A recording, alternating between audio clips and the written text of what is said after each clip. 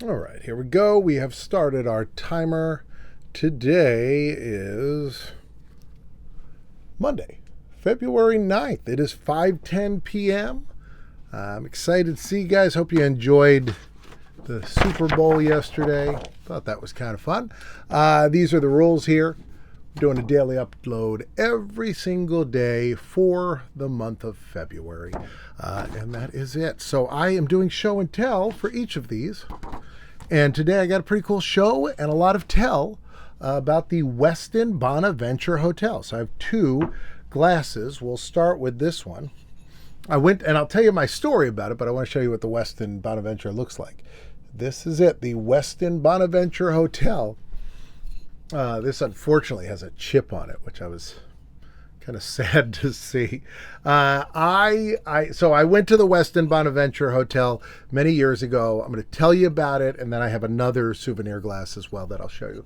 And this is a souvenir glass. I have never been to a place where the souvenir glass was shaped like the place, the building. I was drinking from the building I was in.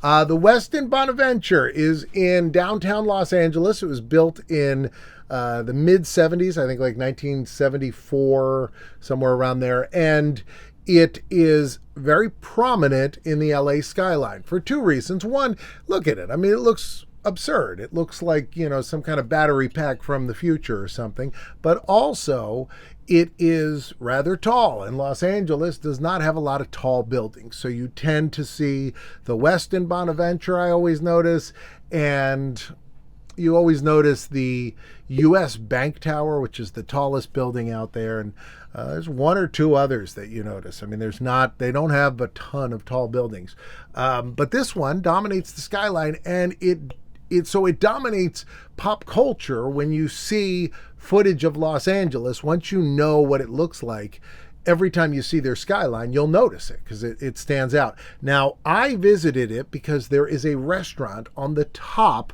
of the hotel. This restaurant was featured in the TV show It's a Living. I think that was what the name of the show was. It starred Ann Gillian, and it was, it took place in this rooftop lounge, and they would have a piano player, and, they were all waitresses, and it was a fun 80s sitcom. But it took place here. They did not film it here, but it took place in this. They specifically said it was the Westin Bonaventure. But one thing that they didn't do in the show that they do in real life is the whole restaurant rotates.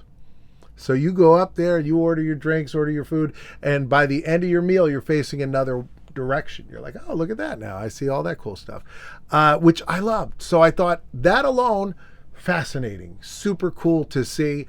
Also, and I covered this, I think I covered this on this channel at one point in time. If not, maybe one day I'll bring it up. But there is a character from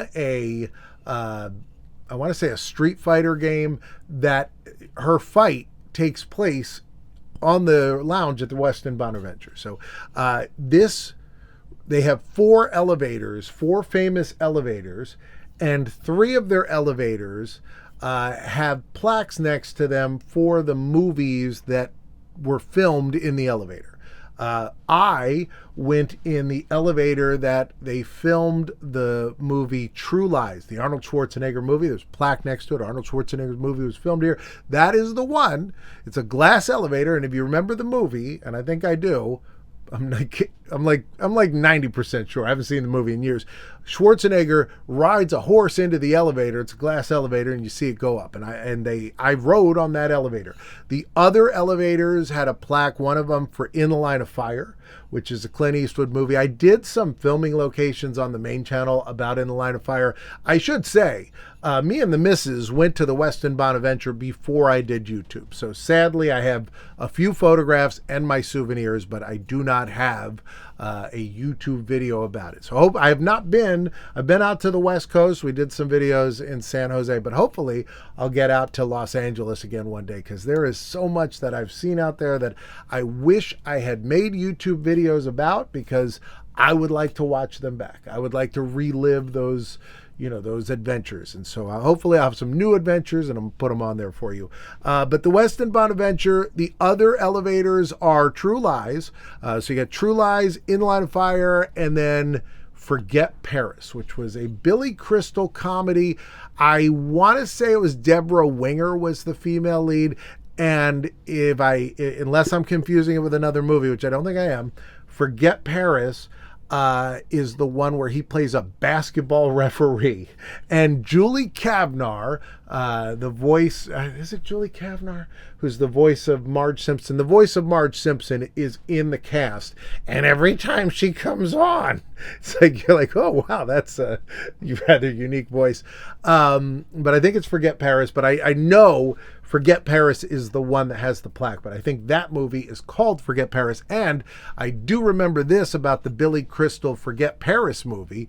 It came out right around the same time as another romantic comedy that was also going to be called Forget Paris, but instead changed their title to French Kiss. And so French Kiss was a movie that, if I remember correctly, was Meg Ryan and Kevin Kline, I want to say.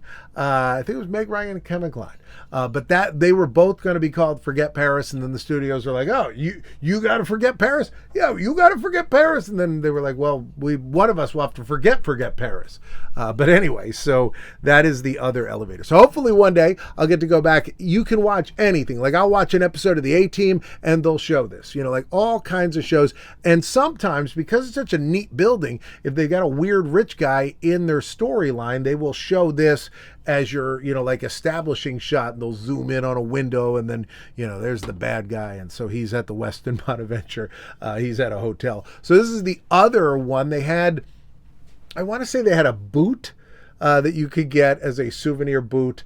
But this to me was the second best. Like this was number one by far of the glassware. And there must have been like 2 or 3 more, but the other one was this, which is a record. And you can see there is a sketch of the Westin Bonaventure on it. And I like these two because at least they very clearly, it wasn't just, like a souvenir tiki mug or something. It was like souvenir with the building I went to. The Westin Bonaventure, LA's landmark hotel. This one also reusable. Like you could put flowers in this and put this in a hallway and it looks like classy. It looks like you stole it from the hotel. Looks like you were like, wow, that looks so classy. I'm going to steal it from the hotel because it's got their logo on it. Now, this is supposed to be a record, so you could see the tracks on the other side. It says do it this way because I got the light behind me. That way the light's like that. The record breaker, the Westin Bonaventure. These are the 3 tracks. The first one is called Do the Bon Bon. The second one is Downtown, and the third one is called Some Fun Now. Oh, and then there's 2 more. So they paused for what should be a small dot where the hole where you put the record on, but they didn't put the dot. So I just lost track. All right, the next one, California Ballroom Dance Mix, the Bonaventure, On My Mind Tonight.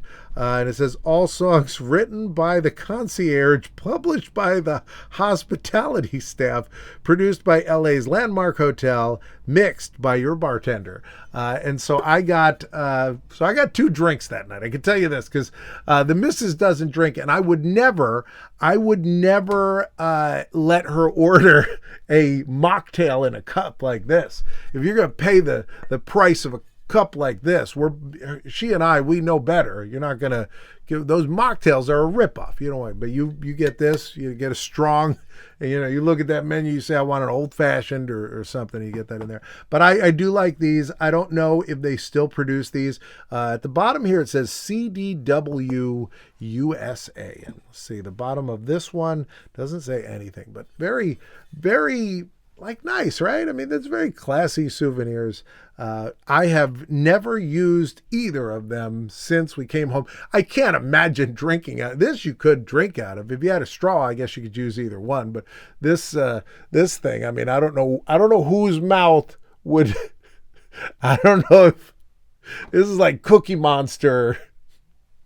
But that's that one. But I do like these. But I put these in the china cabinet there. a souvenir. I love, by the way, I mentioned the china cabinet before. My wife collects silly stuff like I do. Her collection, and maybe I will show it to you on an upcoming episode.